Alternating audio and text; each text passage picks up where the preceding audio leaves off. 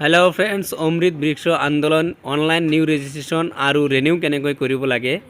এই online registration আৰু ৰিনিউটো 31 জুলাইৰ আগতে কৰিব লাগিব আৰু আপুনি চেপলিং আপলোড 11 আগষ্টলৈকে কৰিব পাৰিব এজ পাৰ চিএম ছাৰ সেইদিনাখন কৈছে। আৰু এইবাৰ টাৰ্গেটটো যোৱা বছৰতকৈ বেছি 4 crore গছপুলি ৰোপণ কৰিব অসম চৰকাৰৰ সকলো এমপ্লয়িৰ দ্বাৰা। সো ফ্ৰেন্ডস, এই ভিডিওৰ মাধ্যমে আমি অনলাইন নিউ ৰেজিস্ট্ৰেশন আৰ অনলাইন ৰিনিউয়াল কেনেকৈ কৰিব লাগে এইটো এই ভিডিওর মাধ্যমত আমি আজি শিকিম। So let's start the video.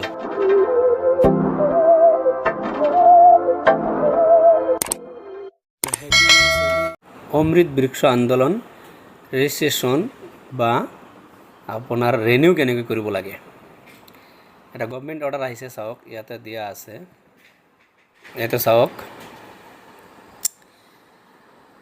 এতে কৈছে যে হয় the process of new registration নহলে রিনিউয়াল দ্য রেজিস্ট্রেশন ইজ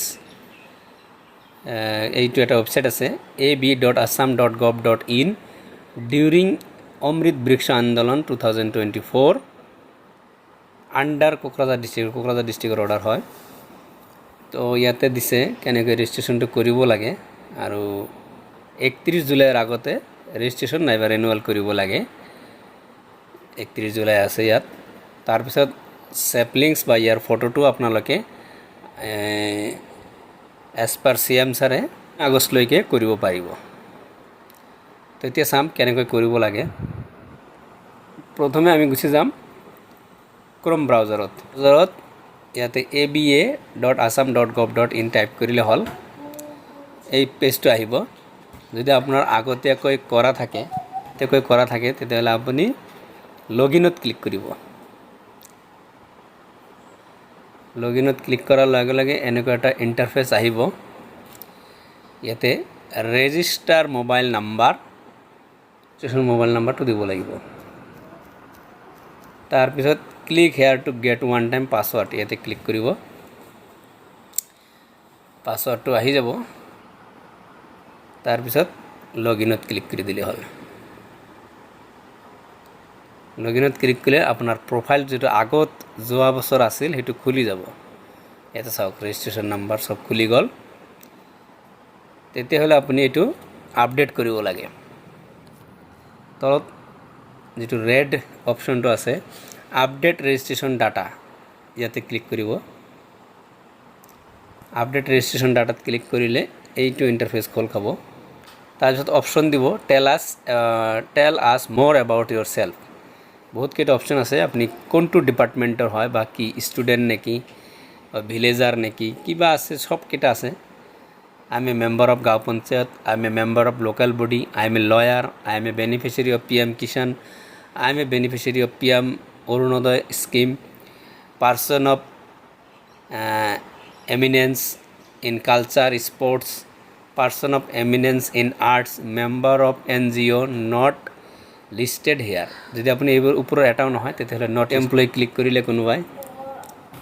তাৰপিছত নেম অফ দ্য ইনষ্টিটিউশ্যন, আপুনি কোনটো স্কুলৰ হয় বা কোনটো ডিপাৰ্টমেণ্টৰ হয় সেইটো লিখি দিলে।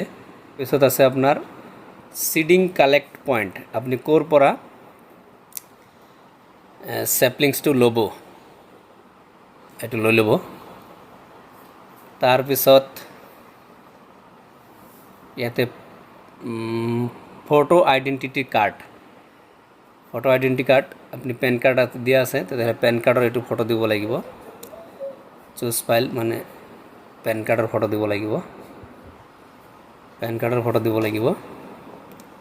তাৰপিছত এটা সাবমিট কৰি দিলে হ'ল। অকণমান সময় লোৱাৰ পিছত সাবমিট হৈ যাব। এইখিনি আছিল আপোনাৰ ৰিনিউৱেল। এতিয়া আমি শিকিম ৰিনিউটো আমি শিকিলোঁ। এতিয়া নিউ ৰেজিষ্ট্ৰেশ্যন যদি কোনোবাই কৰে তেতিয়াহ'লে কেনেকৈ কৰিব। সিম্পলি ইয়াতে অমৃত বৃক্ষ আন্দোলনত ক্লিক কৰিব। ক্লিক কৰাৰ লগে লগে এনেকুৱা এটা ইণ্টাৰফেচ আহিব। এই ওপৰত চাওক 3 ডটত ক্লিক কৰিব। 3 ডেছত ক্লিক কৰিলে ইয়াতে বহুত কেইটা আহি যাব।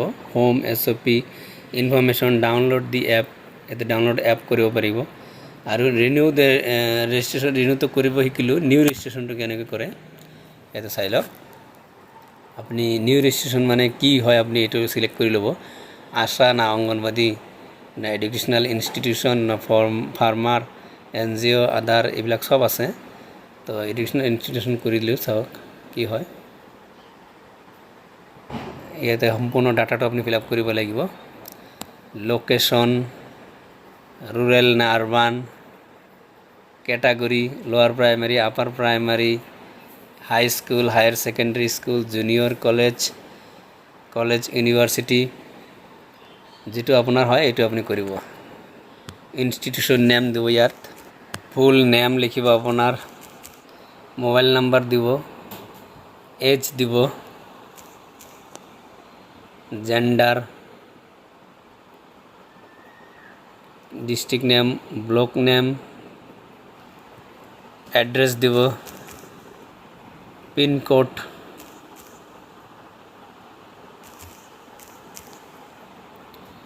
Post office police station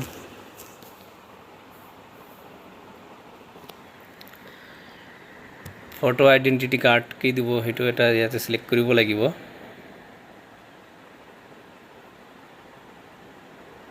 upload দিব লাগিব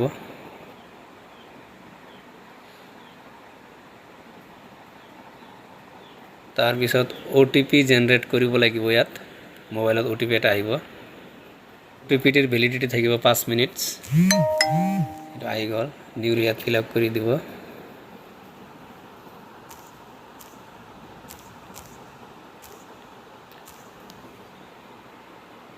এই নাম্বাৰটো লিখি দিব ক্যাপচাটো